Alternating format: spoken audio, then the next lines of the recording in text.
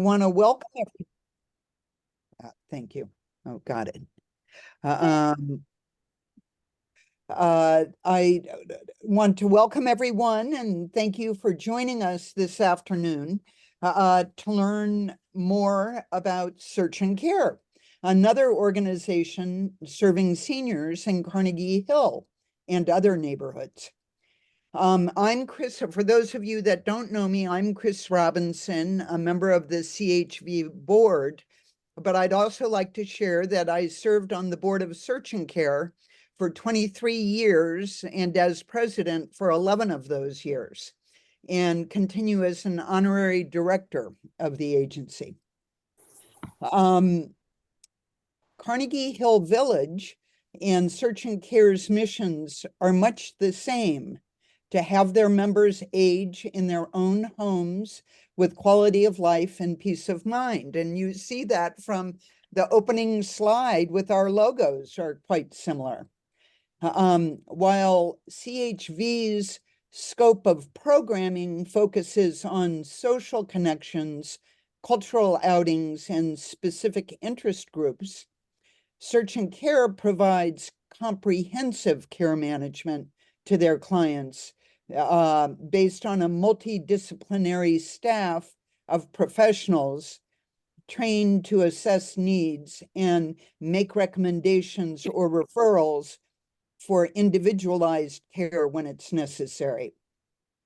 In the past year, some CHV members have experienced unexpected medical events or falls and have not known where to turn for help. Search and Care has kindly offered help in assessing needs and making recommendations or referrals for in-home assistance to CHV members who might be alone with a sudden need for help. With us today are Search and Care's Executive Director, Erin Rooney, and Outreach and Volunteer Coordinator, Robin Strachan. Erin is only the third ED of Search and Care since its inception in 1972. He joined the agency 18 months ago after serving in various clinical and leadership positions for 12 years at the Stanley Isaacs Senior Center, and then Goddard Riverside, which merged with Isaacs. Erin has been a welcome addition to Search and Care following the retirements of the previous two EDs. We hope he stays as long. Robin Strachan joined Search and Care in 2005 as Outreach and Volunteer Coordinator. She manages up to 100 volunteers, as well as coordinating with elected public officials, including New York State Senator Liz Krueger, on aging issues. In addition to those responsibilities, she also oversees Search and Care's extremely successful PET program and medical escorting. Now, I'd like to hand off to Erin and Robin. There will be a Q&A session, as I mentioned, after their presentation, and I ask all of you to mute yourself during the presentation. Robin and Erin, yeah. Yeah, thank you so much, Chris. It's so wonderful to be here. Thank you all for having us. We appreciate the time to present on our program and get to know you all better, and hopefully you'll leave with a better understanding of Search and Care and what we do. As Chris said, we're very well aligned. We have a lot of the same missions and come at this work in a very similar way. So I think hopefully this will enhance your understanding of that. I'm going to hand it over to my colleague and our outreach director, Robin, to lead this presentation. I'll help her along with that. We'll have a nice conversation, and then we're open to any questions you might have. So with that, I'll turn it over to Robin. Thank you, Chris. Thank you, Erin. It's a privilege to be able to talk to you today. It gives us an opportunity to tailor a presentation specifically to you, since Chris, who's very close to us at Search and Care, has shared with me some of the experiences some of your members have had. And the hope is that today's conversation, while it talks about services at Search and Care, we'll also talk about some things that are important besides the services at Search and Care in maintaining your independence, as obviously that's important to you, or you wouldn't be with us today. So here we go. So Search and Care was started in 1972 at Holy Trinity Church on 88th Street. Our mission is the same today, amazingly, as it was then. Basically, I'm not going to read it verbatim, but it's to help older adults in the community to be the glue that connects them to the services they need so that they can continue to stay in the community and in their own home. It was a very different time in 1972. It was the Vietnam War. And the minister that started it with the first social worker, Sue Chandler, was inspired to call it Search and Care as a reaction to the search and destroy missions in Vietnam. It was before Meals on Wheels, which is a really smart service in the city because while it's providing a meal, it's also a way on checking in on people, which wasn't in existence at that time. And too often he found people who really didn't have food. No services were available. They didn't know who to call or perhaps were too proud to call. And that inspired him to start Search and Care. Our services are available on the Upper East Side from 86 to 138, which means we go from Yorkville and Carnegie Hill into East Harlem. And during the pandemic, we doubled our service area because funders said there were very few people doing what Search and Care does, which is in-home. We provide our services, we bring services into the home. So now we're on the Upper West Side as well, from 60th to 110th Street. Our staff represents the clients we serve. We're multicultural and multilingual. This is our address. We moved a year ago, March, to 94th Street between 2nd and 3rd. We're actually on the slope of a hill. If you make an appointment to come see us, come down from 3rd Avenue. It'll be a lot better on you. It serves as our exercise in the morning. It does. But we have a beautiful outdoor space where we've just started a cleanup process, and we hope to have some of our groups and events out there soon. Let's start talking about our services. So the number one service always has been provided by our social workers and care managers, which is working individually one-on-one with a person in need to identify what are your present needs with an eye to what may be your burgeoning needs. Not everybody has the same issues, not everybody has the same needs, and that's why we've always believed in addressing the individual. Our services are definitely one-on-one, whether it's a social worker working with you or one of our tech volunteers working with you. I guess the number two service that really makes a difference in helping a person remain independent would be our Money Matters program. And my hats off to the founding social worker, Sue Chandler, who realized early on, if our mission is to help people stay in their home, at some point you may have to get involved with their finances to make sure that the landlord is paid, so they do have a roof over their head.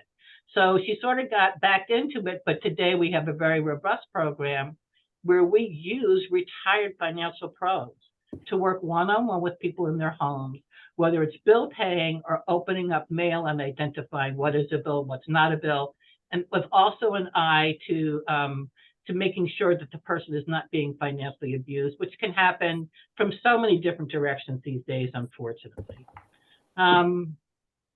We also, for people who can't get out, we are able to bring cash into their home. It's a special program which requires, of course, a lot of documents to be signed, but once it does, it really does help people remain in their home and their bills are paid through our controller. We are a rep payee, and we have monies coming in from that person into Search and Care, into their CLASP account, and we pay their bills against their money, which is really so smart, and very few people dare to do it because it sounds a little complicated.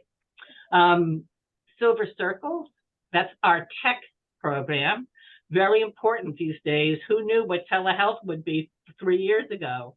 Who knew that you would need this or the monitors we're using now to communicate with medical professionals? Well, a lot of our clients don't necessarily have that ability. So we are working with people on virtually any device that they need us to work with them on.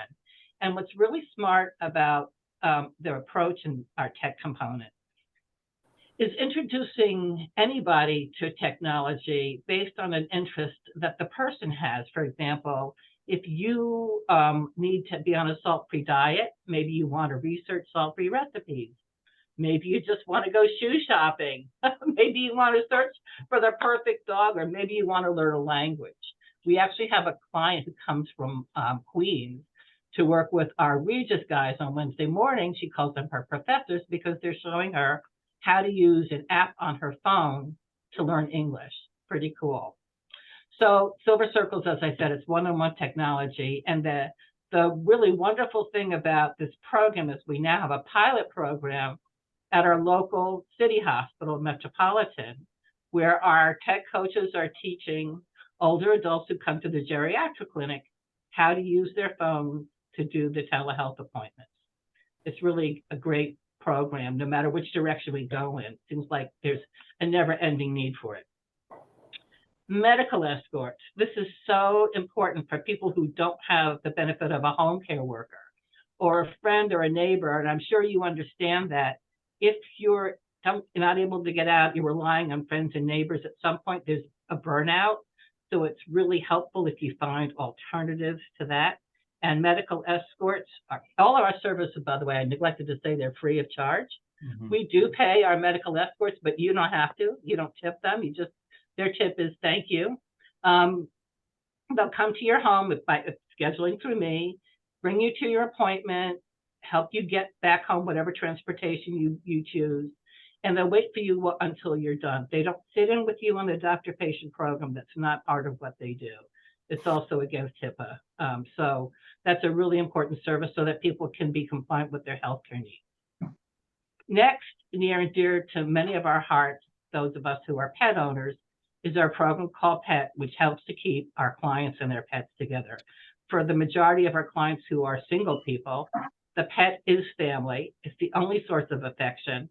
It's their probably most important responsibility. At some point, it becomes very difficult, whether it's actually bending down to feed the pet or financially, even more important, to keep the pet, getting to the vet or the medications needed for the pet or the grooming.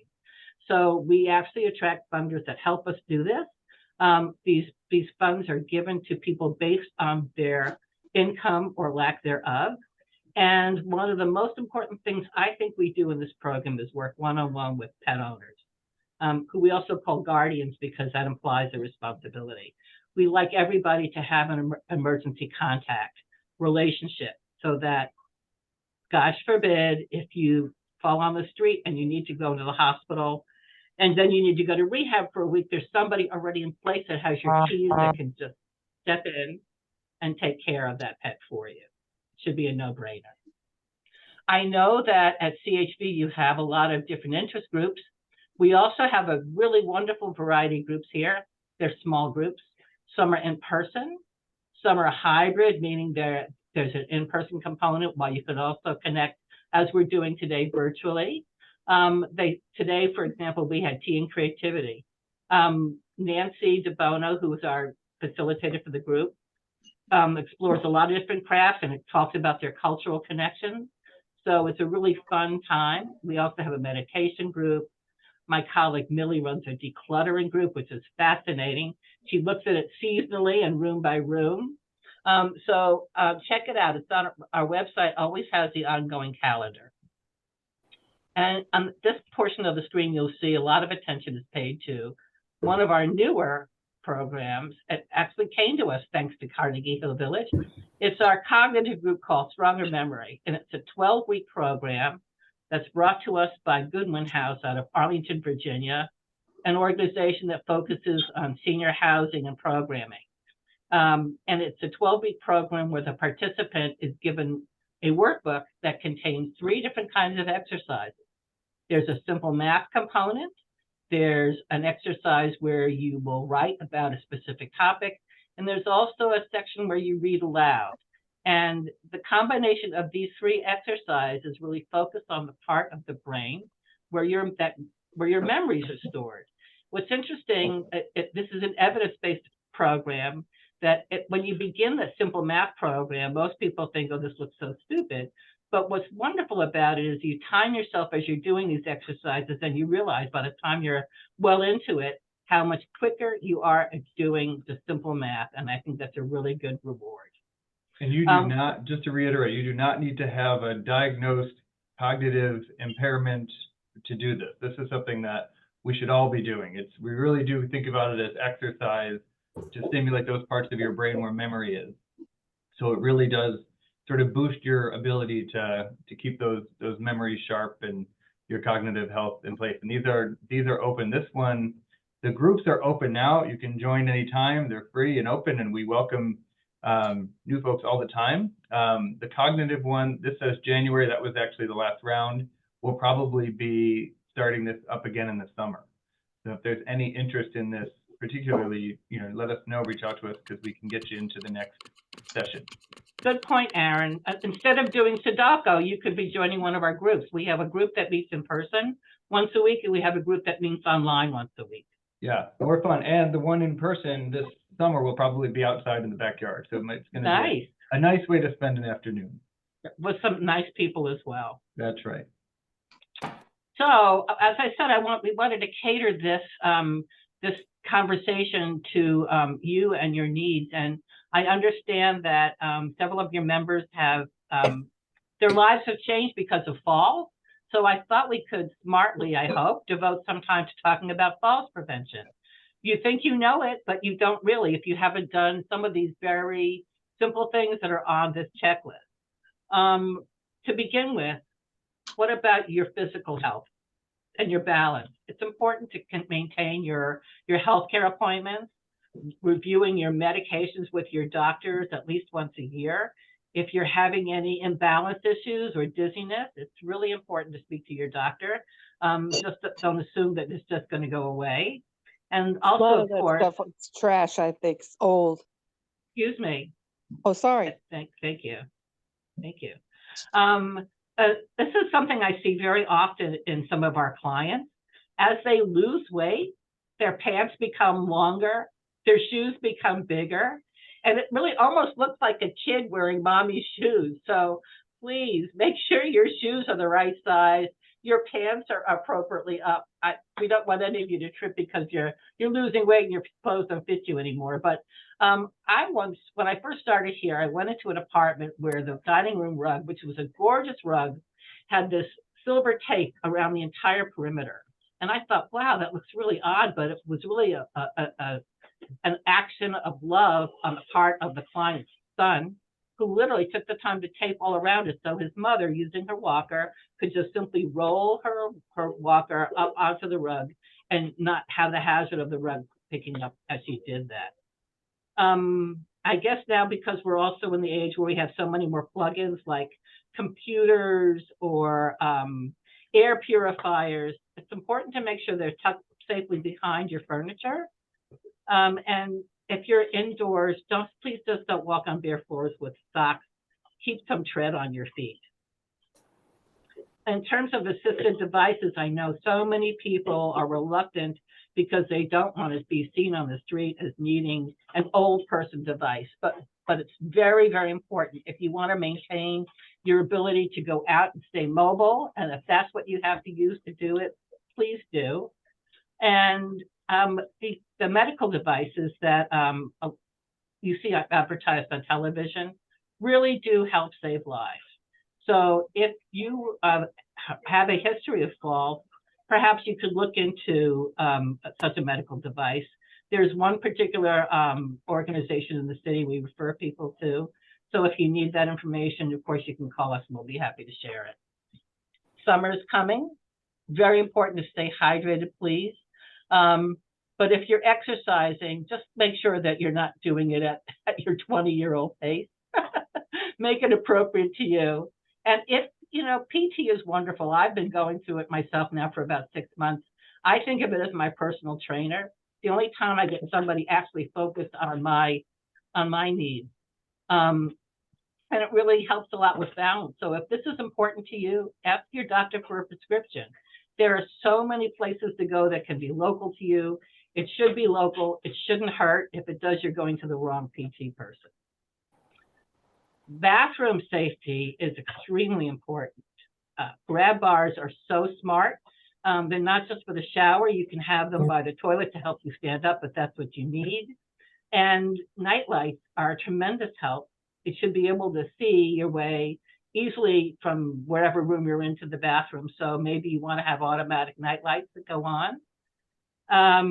And kitchen. Well, kitchens in New York are not so big, so it's that's kind of an interesting balance of accessibility and too much stuff. But I don't think anybody has a step stool like I grew up with. But if you do, maybe you should be using a reacher instead. They're easy to find. You can get ones that can actually pick up something as big as a shoe, or they can actually even, there's a sticky part at the end of one that you can even pick up a penny if that's what you need to pick up. But something that people don't often think about that could be a false prevention, sadly, are your very own pets. You know, as much as they love you, it's often they're right in your face or right at your leg. So if you could train your pet, your dog, or your cat, more so your dog, not your cat. Cats, you don't master a cat, but a dog you might. So there's a lot of trainers. You can find these videos on YouTube to help your dog stay by your side, not in between your legs. And that would be a tremendous step towards maintaining your own balance in your own home. The second thing that we wanted to talk to you about is the mystery of home care. But before we talk about home care, let's first talk about transferring from hospital or rehab to home. It is somewhat of a myth about the safe, that is the work of the hospital or rehab social worker to provide you with a safe discharge home. What does that mean? That means they are supposed to make a plan for you to safely get you home and to make sure that the support you're going to need will be there on a timely basis. If that's the case, you don't ever want to be discharged on a Friday because no one's going to show up to your house till probably Monday, if you're lucky. So that's our number one suggestion. And our city, yes, our city is not good at this. Is what I'm saying. No, they often will rush discharge plans and send people home too soon. So part of this is advocating for yourselves and having family and us in some cases advocate well if you had to have a rehab stay to make sure that it's a safe plan in place. Thanks, Rob. Yeah, thank you, Aaron. It's really important because you need to be a smart consumer when it comes to this, and you do have rights. And if you don't feel that it's safe, you need to talk to the social worker, talk to your doctor. You may have to get an ombudsman involved, because if you do go home without those supports, your health is at jeopardy, and your ability to remain in your home may be in jeopardy. So what does home care typically cost? Well, I can tell you our agency has been very involved in a bill that's in New York State right now called the Fair Pay for Home Care Act, because home care workers traditionally are horribly paid. The agencies they work for make good money, but they don't pass it all on to the workers. So now, because of these bills, the minimum wage for home care workers is now a little over $18 an hour. The hourly rate that most agencies charge you is anywhere from $32 to $42 an hour. That is for their supervision of you. When you're going home from the hospital or rehab, usually the agency that gets involved with you is based on a short-term relationship, 30 days or less. And before that time is up, that agency will usually ask another organization, such as Search and Care, to help get involved, to create or work with the client to make sure other supports are in place, such as more home care, for example, if that's what's needed. But when you have the short-term care, the focus is not so much on the home care aspect of it because it's limited hours. What they also involved with you is a nurse. That's the first person you'll see, possibly a physical therapist, and possibly an occupational therapist. And don't get me wrong, those are all important, but you may not be provided with the amount of home care that you think you should be getting. It depends on your needs. Are Are you able to cook for yourself? Are you able to bathe for yourself? Are you able to go out and get food for yourself? These are called activities of daily living, and they're benchmarks by which these agencies rate your needs. So often we have a conversation with a client. We're not a home care agency, but we can refer you to home care agencies. We can give you lists of home care agencies, and often that's what the people, the discharge social workers will do as well. What you're going to look for is the relationship with either an agency or a private pay person. There is a benefit with going to an agency in that they are responsible 24/7 for providing you with somebody to help you with meet your needs. If it's a private pay person, that's a relationship that you have to self-determine. So I think there is a benefit there. There's also possibly involved in the conversation. If you need someone to what's called pre-pour your medication, if you're not able to yourself fill your pill boxes or self-medicate on a daily basis, that's an additional charge, and usually that requires a nurse to do that. Our social workers are not allowed to do that. I guess your family members could. That would be an option. But if you're alone, the option that the agency would be looking at is the nurse to do that for you.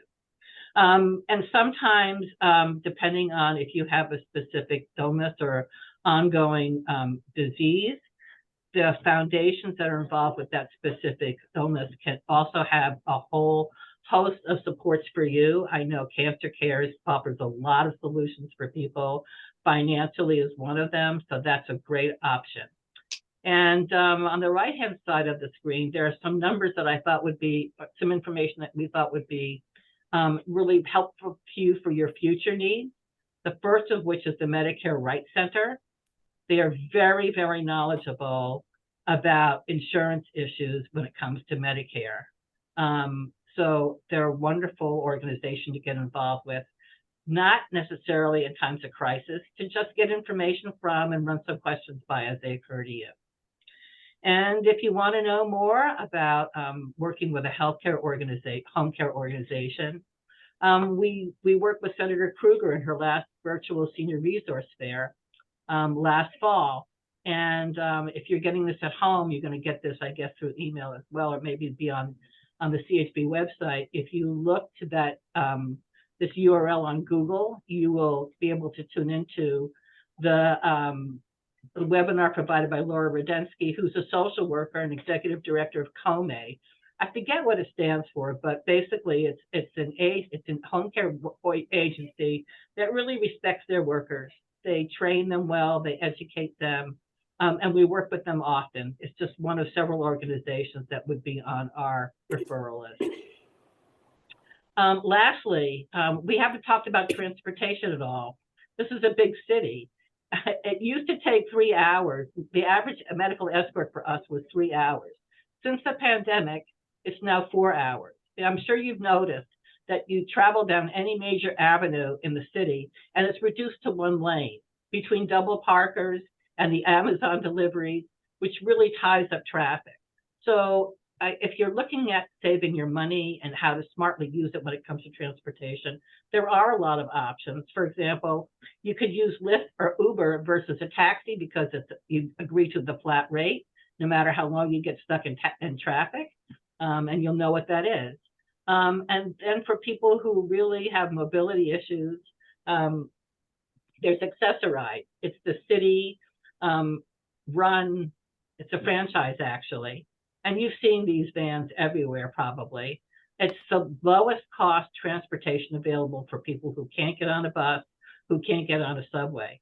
It requires a lot more patience to work with them. They'll pick you up a lot earlier than you might like to go to your appointment. And you may have to run like crazy to catch them on the tail end to get you back home.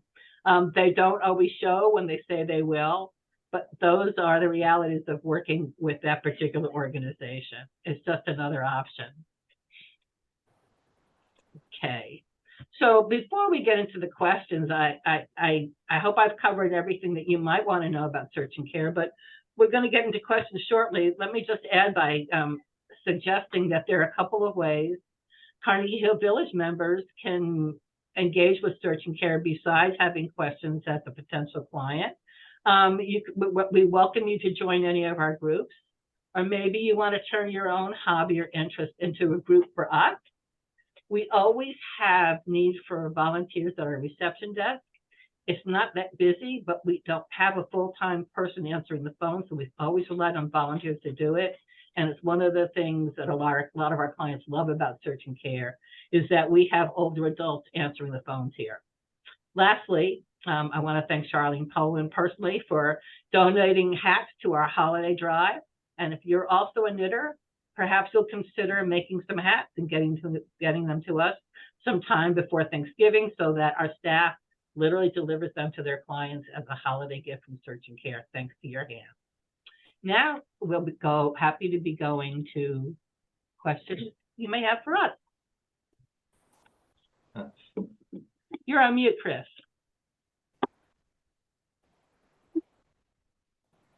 I had to unmute myself. Thank you so much, Robin and Aaron. A wonderful presentation. I don't know if I thought we'd be a small enough group that we could do a show of hands. If there are any questions, just put your hand up. Oh, no, that's something different.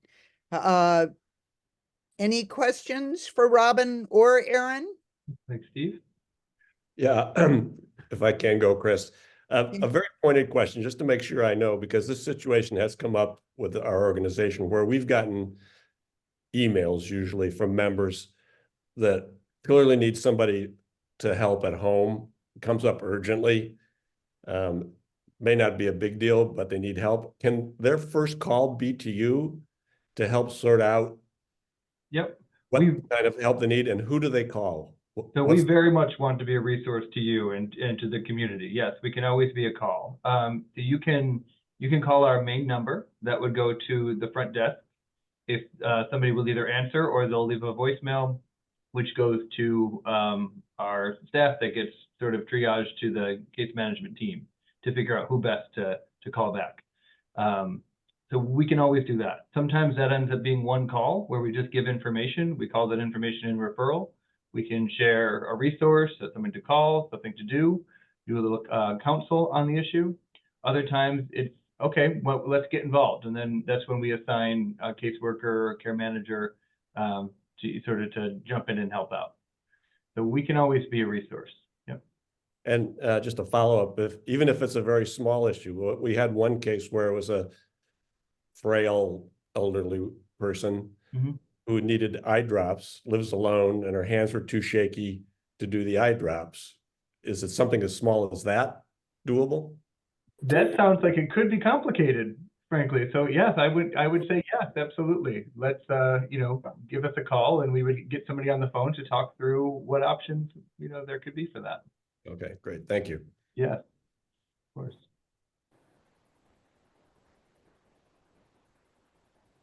Anybody else? Like Zoe, do you have a hand up? Yeah, it looks like Zoe has her hand up. I don't, okay, Zoe. You can see, I don't even see, Yeah, oh, there's a there, hand. yes. Zoe? Well, you need to unmute yourself, Zoe. Okay.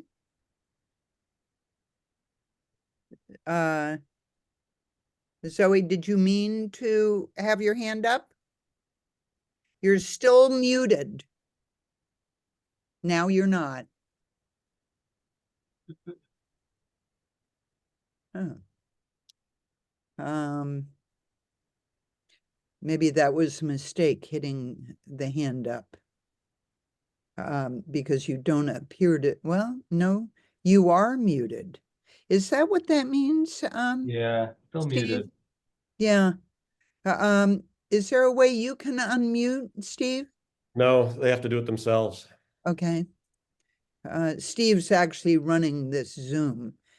Zoe, if you go to the bottom left of most of the time, the bottom left will have a bar, and all the way to the left, it's the mute, and you have to hit that to unmute yourself.